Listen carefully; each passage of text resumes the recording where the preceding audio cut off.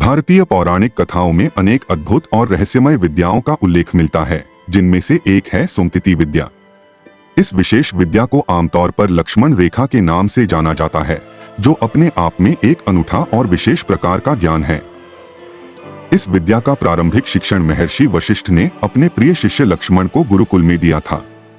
लक्ष्मण इस विद्या में इतने निपुण हो गए थे कि उनके नाम पर इस विद्या को लक्ष्मण रेखा के रूप में पहचाना जाने लगा।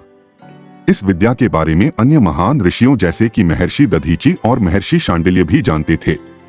यह विद्या केवल विशिष्ट और योग्य ऋषियों तक ही सीमित थी और इसका प्रयोग अत्यंत सावधानी और संयम के साथ किया जाता था। इतिहास के पन्नों पर दर्ज है कि भगवान श्री कृष्ण इस विद्या के अंतिम ज्ञाता थे।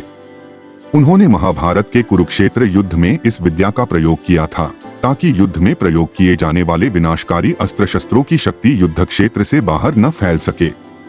इस विद्या का प्रयोग न केवल युद्ध में बल्कि विभिन्न आध्यात्मिक और रक्षात्मक परिस्थितियों में भी किया जाता था। सुमतिति विद्या के मंत्रों का प्रयोग करके एक विशेष सोमनाकृतिक यंत्र को सक्रिय किया जाता है। इस यंत्र का उल्लेख पौराणिक ग्रंथों में मिलता है, जो कहते हैं कि यह यंत्र पृथ्वी और बृहस्पति ग्रह के बीच स्थित है और इसकी क्षमता अग्नि, वायु और जल के परमाणुओं को सोखने की है।